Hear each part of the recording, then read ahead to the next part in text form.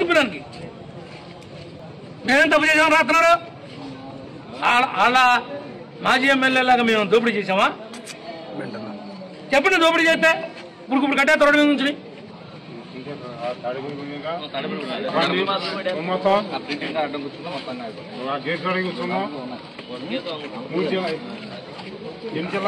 ఇది మీరు చెప్పండి. 10 నిమిషాలు కాకపోతే నేను ఊరుకోనని నాకేదో పని పాట లేకుండా నేను వచ్చి రోడ్డు కూర్చోను అనుకున్నాను. పని పాట లేకుండా నేను వచ్చి కూర్చోను అనుకున్నాడేమో. అతనితో బ్యూరోతో మాట్లాడండి. మీరు మాట్లాడే ఏ విషయం చెప్తే తాడేపల్లి కూడా పురమాచుకుంటా మాట్లాడి వస్తా అని చెప్పారు. అందరూ అనుకుంటున్నారు, ఫోన్లు చేస్తున్నారు దేశ విదేశాల నుంచి. ఏం జరిగిందో తెలియాలి కదా అందరికీ. మళ్ళీ అసలు నాది 1% కూడా తప్పు లేకుండా సాక్షి వాడు గడ్డి దించేశాడు ఈ పనిని విషయం తెలియాలి కదా. వాడేమి రాకోకుండా సమాధానం చెప్పుకోకుండా నేనేదో తెల్లబట్టలు వేసుకున్నానంటే ఊరుకుంటానా? నాకు ప్రెస్ మీట్ పెడితే అయిపోదు కదా సార్. ఇప్పుడు వాడు వచ్చి ఎముకబుల్ గా మాట్లాడి పెద్ద మనుషులు, నాకు పెద్ద మనుషులు ఎవరంటే ప్రెస్ వాళ్లే, నాకు మీడియా మిత్రులే పెద్ద మనుషులు. వాళ్ళు ఏది చెబితే అదంట. వాళ్ళు అంతా వాళ్ళకి అసోసియేషన్ ఉంది కదా, వాళ్ళే చెప్పమనండి. ఈ జరిగిన దాంట్లో 1% జందులూరు ఎమ్మెల్యే ప్రభాకర్ తప్పు ఉందని తేలిస్తే ఆ తప్పు క్షమాపణ చెప్పి అయ్యన్ పాత్ర గారి దగ్గరికి వెళ్ళి నేనే రిజిగ్నేషన్ ఇచ్చి వచ్చేస్తా. నాది లేదు అంటే సాక్షివాడు ఏమి జరిగినటువంటి నష్టాన్ని అబ్బిగాడు కుట్రతో జరిగింది. ఇది అబ్బిగాడు అందరికంటే ముందు పోస్ట్ చేసింది ఆడే. మీడియాలోకి రాకముందే, సాక్షివాడికి రాకముందే పోస్ట్ చేసినాడు. ఇది వాడి పాత్ర ఉంది దీంట్లో. మీరంతా పెద్ద ప్లానింగ్ చేసి మమ్మల్ని ఇరికిద్దామని చూశారు. మా చంద్రబాబు గారు, లోకేష్ బాబు గారు, పవన్ గారు ఈ మీడియాలో వచ్చేస్తే కనుక ఏం జరిగిపోయిందో యాక్షన్ తీసుకోమంటారేమోనని ఆ ట్రాప్ లో వీళ్ళు పడతారేమో అని ట్రై చేశారు. ట్రాప్ చేశారు సార్ ఇది మమ్మల్ని.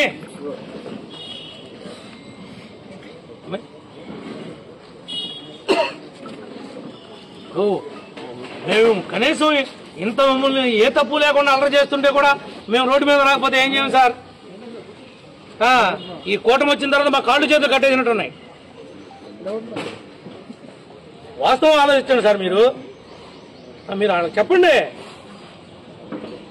ఏమీ ఇబ్బంది లేదు. బందోబస్తు ఉంది, ఇన్స్పెక్టర్ ఉన్నారు, ఎస్ఐలు ఉన్నారు, మీ వ్యాన్ మీ జింగిల్ బ్యాచ్ ఉంది. మేము ఎవరినే ఏమి డిస్టర్బ్ చేసే ఉద్దేశం లేదు. ఈ రోడ్డు మీద కూడా దారి కూడా ఇచ్చి పంపిస్తున్నాం. వస్తే ఈ విషయం తేల్చే వరకు వెళ్ళాం సార్. అరగత కాదు, అంతా వారికి పెడతాం. ఇక్కడే పడుకుంటా టెంట్ వేసి జమఖానా కూడా తెప్పిస్తా. నైట్ కూడా ఇక్కడ పడుకుంటాం తేల్చకపోతే. లేదంటే ఇప్పుడు చెప్తున్నాం, సాయంత్రం లోపు తేల్చకపోతే ఈ జిల్లాలో రేపొద్దున ఉదయం పేపర్ రాదు. తాడిపల్లి మా జిల్లాలో ఎంటర్ అయితే ఆపేస్తా. అక్కడ పేపర్నే రాలేను చెప్తున్నాను కదా. సమస్య లేదండి. వాళ్ళు ఇముకబుల్ గా ఏం జరిగిందో, తప్పు జరిగిందా లేదా, తప్పు జరిగితే ప్రతి మనిషికి ఉంది సరి చేసుకునే అవకాశం. వాడు మమ్మల్ని మిస్యూజ్ చేశాడు, మాకు తప్పుడు సమాచారం ఇచ్చాడు, మేము పొరపాటును పడ్డామనే మాట వాడు మెన్షన్ చేయాలి. దాన్ని లేదా ఎందుకు ఊరుకుంటామండి? అట్లాగే సార్ మీరు చెప్పండి. పేపర్ కూడా రానివ్వండి. రేపు మన జిల్లాలో ప్రింట్ అవుతుంది. ఇది ఈస్ట్ గోదావరిలో ప్రింట్ అవుద్ది, ఏలూరు జిల్లాలో రానివ్వను. అట్లాగే రానివ్వం సీఏ గారు చెప్తున్నాను కదా. నా గుండుగోలు కానీ ఇటు రాదిగా. నా కాన్స్టిట్యున్సీ లిమిట్ గుండుగోలు దగ్గర నుంచి పక్కకు రానేమో.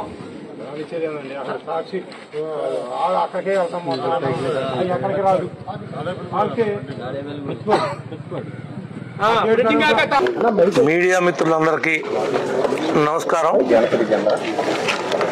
ముఖ్యంగా సాక్షి యాజమాన్యం,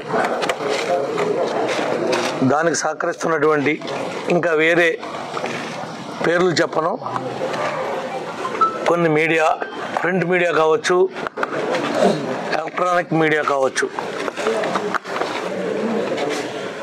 తప్పు జరిగినప్పుడు బాధితుడి పక్షాన ఎవరైతే ఈ సమాజం నుంచి అణచివేతకి గురవుతున్నాడో, ఇబ్బందులకు గురవుతున్నాడో వాడి పక్షాన ప్రింట్ మీడియా కానీ ఎలక్ట్రానిక్ మీడియా కానీ ఉంటే తప్పులేదు.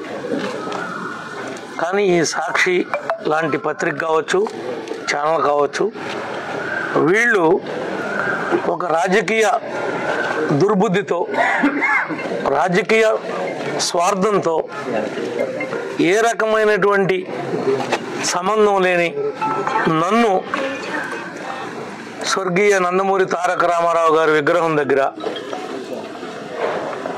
ఎవరో బాబురావు అనేటువంటి వ్యక్తి చెయ్యి కోసుకుని ఆత్మహత్యా ప్రయత్నం చేశాడు, ఎన్టీఆర్ సాక్షిగా చింతమనేని బాధితుడు రక్త తర్పణ అని హెడ్డింగ్ పెట్టి దీనికి కొంతమంది ఈ నియోజకవర్గంలో కోట్లాది రూపాయలు డబ్బులు ఎగ్గొట్టి ఇక్కడ తిరగలేక, సమాధానం చెప్పుకోలేక దీన్ని పబ్లిసిటీ చేసి మాకు లేని తప్పుని మాకు ఆపాదించడానికి, ఇంకా ఇంత జరిగిన 11 సీట్లకే పరిమితమైన, అలా పరిమితం అవడానికి కారణం సగం సాక్షి పేపరు, సగం టీవీ, సగం వాళ్ళ ఎమ్మెల్యేలు, వాళ్ళ మంత్రులు, వాళ్ళ నాయకులే. 151 సీట్ ఇస్తే అధికారాన్ని ఏం చేసుకోవాలో తెలియక, నెత్తికేసి కొట్టుకోవాలో నేలకేసి కొట్టుకోవాలో అర్థం కాక రాష్ట్రాన్ని నడి రోడ్లో వ్యవస్థను చేశారు. రాష్ట్రాన్ని వీళ్ళు వాళ్ళ నా గురించి ఎవరో ఆత్మహత్య చేసుకోబోయారు, ఏదో జరిగిందని అన్నారు. ఈ బాబురావు అనేటువంటి వ్యక్తిని, వాళ్ళ భార్యని నేను గుర్తుపట్టగలనా? నాకేమైనా సంబంధం ఉందా? వాళ్ళు పొలాలు కొనుక్కున్నారు, అమ్ముకున్నారు, లావాదేవీలు వాళ్ళ మధ్యలో జరిగినాయి. కొనుక్కున్నవాడు మా కూటమి నాయకుడు అయినంత మాత్రాన ఎమ్మెల్యేకి సంబంధమా? మా పార్టీ వాడు కొనుక్కోకూడదా? మా పార్టీ వాడు వ్యాపారం చేసుకోకూడదా? ఏ నిబంధన నేను అతిక్రమించానని నా మీద ఎలిగేషన్ పెట్టారని నేను అడుగుతున్నాను. ప్రధానంగా సాక్షి పేపర్ని, సాక్షి టీవీని, ఆ తర్వాత కొంతమంది స్క్రోలింగ్లు, న్యూస్లు వేసినటువంటి వాళ్ళని, సోషల్ మీడియాలో దీన్ని షేర్ చేసినటువంటి వాళ్ళని. మీకు సిగ్గు లజ్జ ఉంటే 1% అయినా నా పాత్రని మీరు ఏ రకంగా అయినా ఎస్టాబ్లిష్ చేస్తే నేను రాజకీయాల్లో తప్పకుండా మీరేం సమాధానం చెప్తారని అడుగుతున్నా. వాడెవడో పనికిమాలిన ఒక ఎదవ, వాళ్ళ కూతురు డాక్టరో వాళ్ళ అల్లుడు డాక్టరో, ఏమైనా మీరు పాయిజన్ తీసుకుంటే ఏదో రకం 1 ml లోనికి వెళ్ళినా ఎంతో కొంత ఆర్గానిక్ మీద పడుద్ది, ఆర్గాన్ డ్యామేజ్ అయితే మనకి ప్రాబ్లం వస్తుంది. కానీ ఇదైతే మేము చిన్న గాయం కాబట్టి దీన్ని మళ్ళీ 10-15 రోజుల్లో ఇబ్బంది లేకుండా చేస్తాం. కానీ అతని మీదే బ్లేమ్ పెడితే చంద్రబాబు గారు, లోకేష్ బాబు గారు సెంట్రల్ ఆఫీసులో కనుక ఇన్సిడెంట్ జరిగితే వెంటనే మనం 90 లక్షలు ఎగ్గొట్టేయచ్చు, మన అగ్రిమెంట్ అంతా రద్దు అయిపోద్ది. అధికారం ఉన్నంత మాత్రాన నువ్వు రాసిన అగ్రిమెంట్ రద్దు అవ్వదు.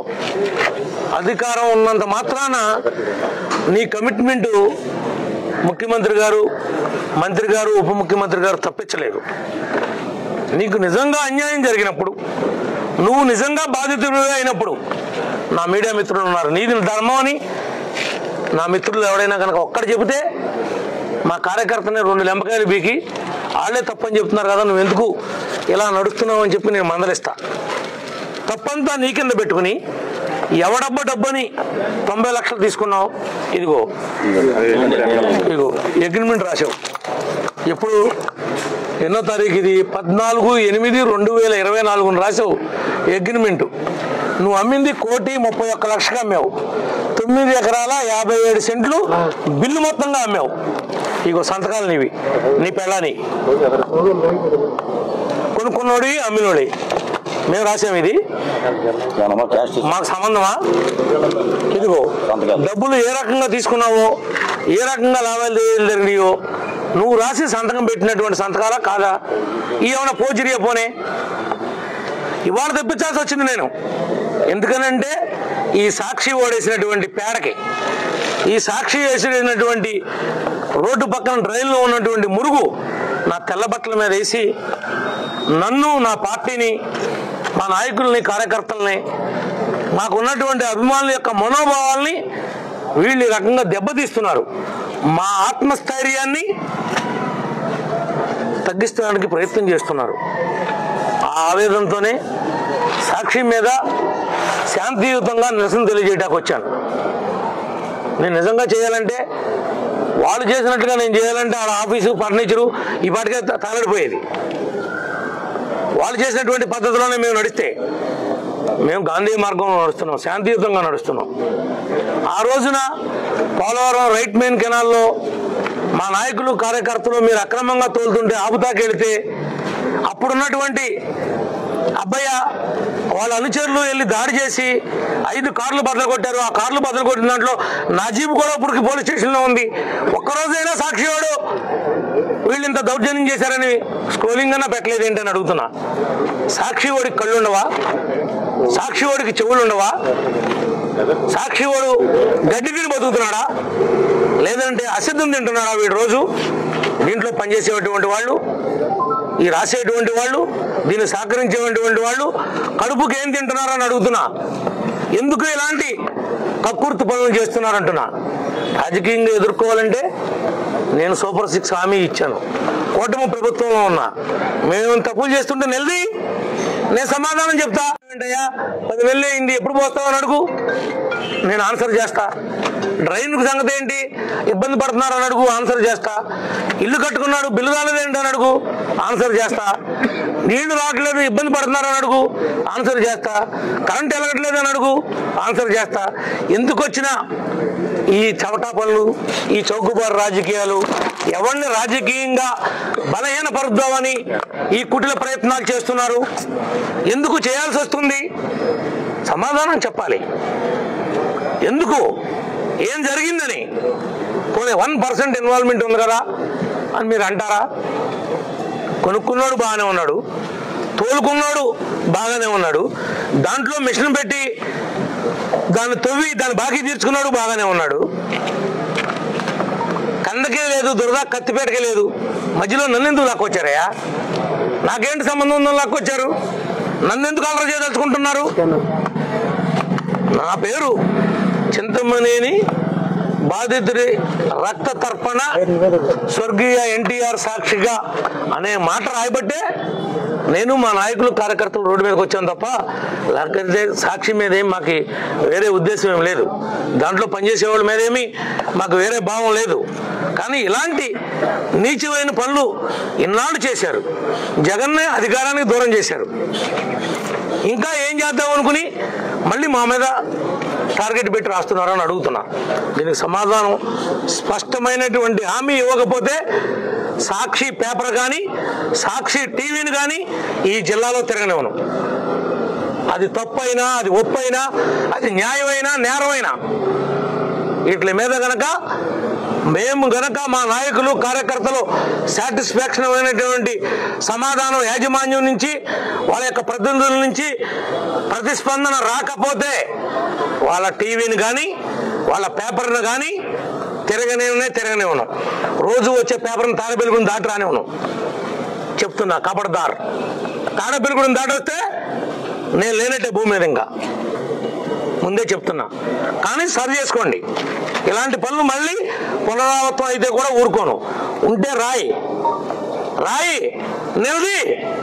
తప్పు చేస్తే సమాధానం చెప్తా, చెప్పలేకపోతే ప్రజాక్షేత్రం నుంచి వైదొలుగుతా. అంతేగాని పిచ్చి ఆటలు ఆడిస్తానంటే మర్యాదగా ఉన్నదని చెప్పి కూడా ఈ సందర్భంగా తెలియజేస్తున్నా. జగన్మోహన్ రెడ్డి గారికి కూడా మీ ద్వారా తెలియజేస్తున్నా, ఇలాంటి పనులు కరెక్ట్ కాదు. మీ వాళ్ళని ఇట్లా ఎంకరేజ్ చేసే నీకు ఆ పతనమైనటువంటి పరిస్థితి తెచ్చుకున్నావు. ప్రతిపక్ష హోదా లేకుండా పోవటానికి కారణం ఇలాంటి చవటాగాళ్ళందరూ నీ నాయకులుగా ఉండబట్టే ఇది జరుగుతుంది. అబ్బిగాడు లండన్లో ఉండి ఆడతారు గేము, షేర్ చేస్తాడు. వీడు ఒక్కరికే ఎట్టెళ్ళింది అది? ఫస్ట్ షేర్ చేసింది ఆడే, అబ్బిగాడే. కావాలంటే చూడండి మీరు టైం డేట్ అంతా. వాడికే ఎట్లా వెళ్ళింది? ఎవరి కుట్రలో ఎవరిని బలి చేద్దాం అనుకుంటున్నారు? నువ్వు 10 కోట్లు కొలేరు డబ్బులు కొట్టేసి నువ్వేంట్రా నీతి కౌరులు చెప్తున్నావు? ఎవడో చెప్తావు నీ నీతి కౌరులు? వస్తే కట్టేస్తాం, నడి రోడ్డు మీద కట్టేస్తా. చట్టానికి చెప్పాం, చట్టం స్పందించట్లా. న్యాయానికి చెప్పాం, న్యాయం స్పందించట్లా. చూస్తూ ఊరుకోలేం. జరిగిన అన్యాయాన్ని నిలదీసే హక్కు మాకుంది, నిరసన తెలియజేసే హక్కు మాకుంది. మేము సాక్షి ఆఫీస్ ముందు మేము వచ్చి ధర్నా చేస్తున్నామంటే మాకు అది ప్రజాస్వామ్యబద్ధంగా వచ్చినటువంటి హక్కు. మేమేం బ్లాక్ మెయిలింగ్ చేయట్లా, మేమేమి థ్రెటనింగ్ చేయట్లా. మీరు చేస్తున్నటువంటి తప్పుడు రాతలకి తప్పుడు కోతలకి సమాధానం చెప్తున్నాం. మీరే నా ప్రతినిధులు, నాకు పెద్ద మనుషులు. మీకు తప్పు ఉంది కదండి, మీ వాళ్ళు తప్పు చేశారు కదా అని చెప్పమానండి. ఇక్కడ 90 లక్షలు కడితే ఇంకా 41 లక్ష కట్టాలి. 41 లక్ష వాడి దగ్గర డబ్బులు లేవంటే నీ బోర్డు దగ్గర తెప్పించి 41 లక్ష కూడా ఆడికి ఇష్టాన ప్రకారం నువ్వు డబ్బులు ఇవ్వాలి కదా. నువ్వు ఎందుకు ఇవ్వలేదని కేకలేసాను లేదు అడగండి, మందలించాను లేదు అడగండి, డబ్బులు కట్టమని. నేను డబ్బులు తీసుకోను, నా 90 లక్షలు నేను ఇవ్వను, నా పొలం నాకు ఖాళీ చేసి ఇప్పించండి అంటాడు. ఇది ఎక్కడ ధర్మం? ఒకసారి అమ్మేసిన తర్వాత కుదరదంటే కుదురుద్దా?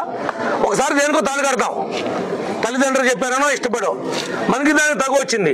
మళ్ళీ కోర్టులో డైవర్స్ తీసుకునేదాకా అది మన పెళ్ళమే కదా, డైవర్స్ తీసుకోవాలి కదా, ధర్మమే కదా అది. ఏ విధానాన్ని పాటించకుండా ఇలాంటి కుయుక్తులతో ఎవరి రాజకీయ జీవితాలతో మీరు ఆడుకుంటున్నారో అని అడుగుతున్నాను. నేనేమంటున్నా తప్పుగా. ఒక్కసారి మీరైనా నా గురించి చేసినా ఇంకోళ్ళ గురించి చేసినా ఒక్కసారి ఆత్మపరిశీలన చేసుకోండి. ఒక్కసారి ఎవరి మీద అయితే మనం ఎలికేషన్ చేస్తున్నామో అతన్ని వివరణ అడగండి. మీ బాధ్యత అది. వివరణ అయితే మీకు కొంతవరకు నిజాలు బయటకు వస్తాయి. ఏమీ లేకోకుండా ఒక అమ్ముడు పోయిన వాళ్ళలాగా దీనికి డబ్బులు తీసుకుని చేసే వేరే వాళ్ళకి తేడా ఏమైనా ఉందా? ఆ బిజినెస్కి ఈ బిజినెస్కి ఏమైనా తేడా ఉంటే చెప్పండి నాకు. నేను నా నోటితో చెప్పలేకపోతున్నా ఆ మాటలని. అందుకని ఆ బిజినెస్ ఈ బిజినెస్ అంటున్నా. మీరందరూ చదువుకున్న వాళ్ళు, విద్య చదువుకున్న వాళ్ళు ఆలోచిస్తే అందరికి అర్థం అవుతుంది. కాబట్టి ఇంత దిగజారున పనులు అవసరమా? రాజకీయం చేయడం కోసం నిజాయితీగా సేవ చేయి. ఇవాళ కాకపోతే రేపు వస్తుంది అవకాశం. సేవ చేసినప్పుడు ఎప్పటికైనా అవకాశం వస్తుంది. అంతే తప్ప ఈ పనులేంటి? ఒక్కసారి మీరు ఆలోచించండి మిత్రమా. ఓకే, ఇంకేమైనా డౌట్ ఉందా మీకు? ఇంతకంటే స్పష్టంగా ఏమైనా చూపించనా?